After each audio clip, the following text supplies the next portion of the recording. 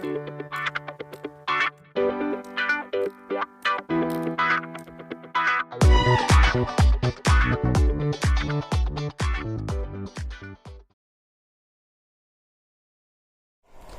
je sors du petit village de Piros, vraiment un super endroit.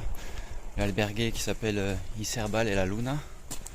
Super endroit, franchement, fait partie des coins où, sur le chemin où je serais bien resté quelques jours, clairement.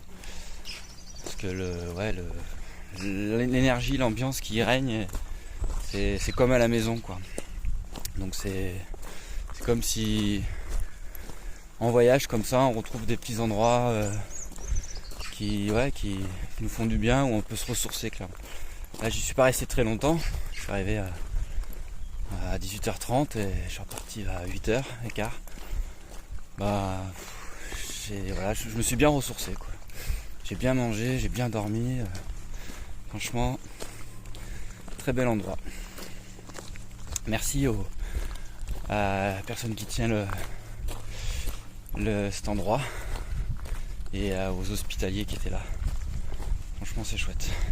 A restaurant in the small village to speak in Spanish with local people. It's Villafranca del Bierzo, I think. Je viens d'arriver à Villafranca del Bierzo. Donc du coup j'arrive par la Puerta del Perdón et devant moi j'ai la Iglesia de Santiago.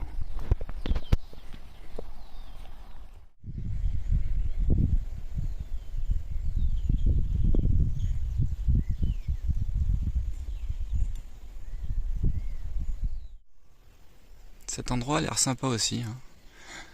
Albergue Ecológico y Rural.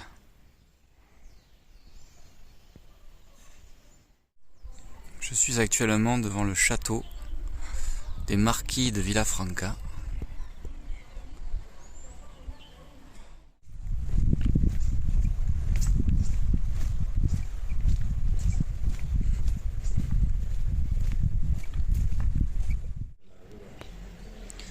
Je me trouve actuellement sur la place del Ayuntamiento de Villafranca del Bierzo.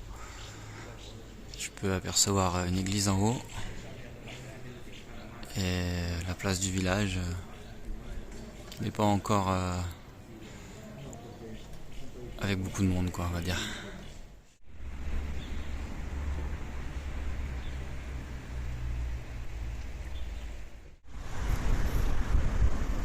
Je suis devant la collégiale Santa Maria de Cluny.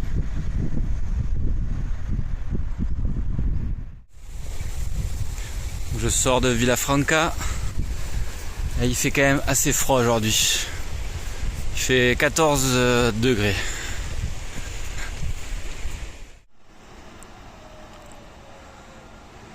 Une belle vue sur Villafranca.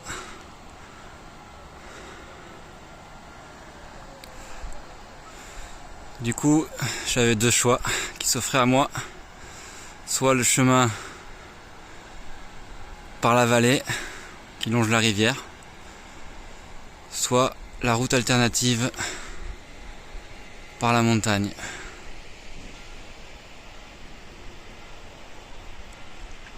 J'ai choisi la montagne. Je suis actuellement sur la route alternative et c'est magnifique. Franchement, regardez la vue que j'ai derrière moi. J'ai vraiment bien fait de prendre cette route parce que c'est dingue ce qu'on peut voir, quoi. La hauteur qu'il y a, c'est ouf. Comme c'est agréable, là une petite pluie qui commence, mais bon, ça fait partie du jeu. Là je suis en train de longer la ligne de crête et c'est vraiment très paisible. En fait j'entends en bas l'autoroute et je me dis que j'ai bien fait de passer par là. Vraiment. Je suis au milieu de la montagne et franchement je suis bien là. Bon, il pleut, hein, mais c'est pas désagréable en fait. Vu que je suis équipé, c'est pas problématique. Et du coup franchement ce chemin là, cette variante elle est vraiment chouette parce que le chemin est très agréable et les paysages sont chouettes. Bon, parfois on tombe sur ce genre d'édifice, mais après bon bah voilà, ça montre que voilà, on est quand même bien présent, l'être humain, donc et bon bah au moins des fois en marchant j'oublie qu'il peut y avoir du monde. En fait, si il y a du monde. Donc là je suis au milieu de rien. Je crois qu'il y a un village à 3 km, donc peut-être que je pourrais boire un café là-bas. Et voilà, je suis bien content, franchement, d'avoir pris cette variante. Et du coup, c'est encore une belle comparaison avec la vie. Ça montre que des fois, les chemins les plus simples sont pas forcément les meilleurs choix. Donc là, j'ai pris la route qui est, comment dire, décrite comme plus compliquée, plus dure. Mais franchement, faut pas hésiter à passer par ce genre d'endroit, quoi. Vraiment pas.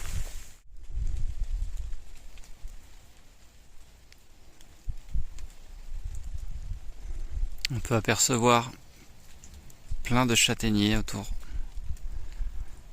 Las castañas en espagnol. J'arrive dans le petit village de Pradella, niché au milieu de la montagne sur cette variante. Et apparemment il y a une petite albergue là. Je vais m'arrêter pour manger qu'un petit truc, petit encas.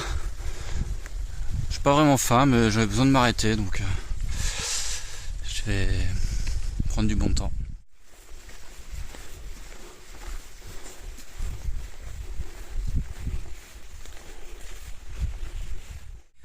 De voir toutes ces châtaignes là sur ce chemin, ça m'a donné envie de manger un gâteau aux châtaignes. Donc je me suis arrêté à Pradella, dans l'albergue, et j'ai mangé un super gâteau. Et j'ai même pu choper un peu de wifi, du coup ça m'a permis de bosser un peu. Et maintenant me revoilà parti sur le chemin. Voilà, je redescends peu à peu de la montagne. Et du coup j'arrive doucement dans la vallée pour rejoindre la civilisation.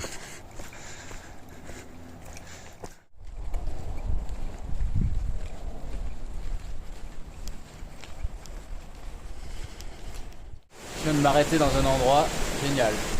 Et enfin une rivière propre, pas trop froide, parfait pour la baignade.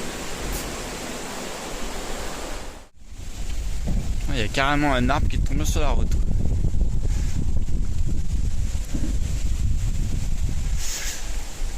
Voilà pourquoi je prends au maximum les variantes. Parce que sinon c'est beaucoup les moments où on longe des routes. Donc, après ça va, c'est pas non plus dramatique, mais bon, quand c'est très long comme ça, au bout d'un moment on a mal aux pieds.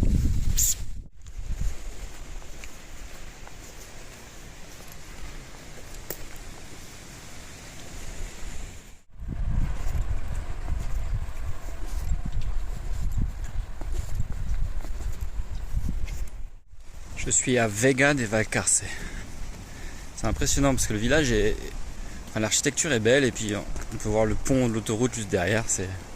C'est vraiment deux mondes qui se croisent, quoi.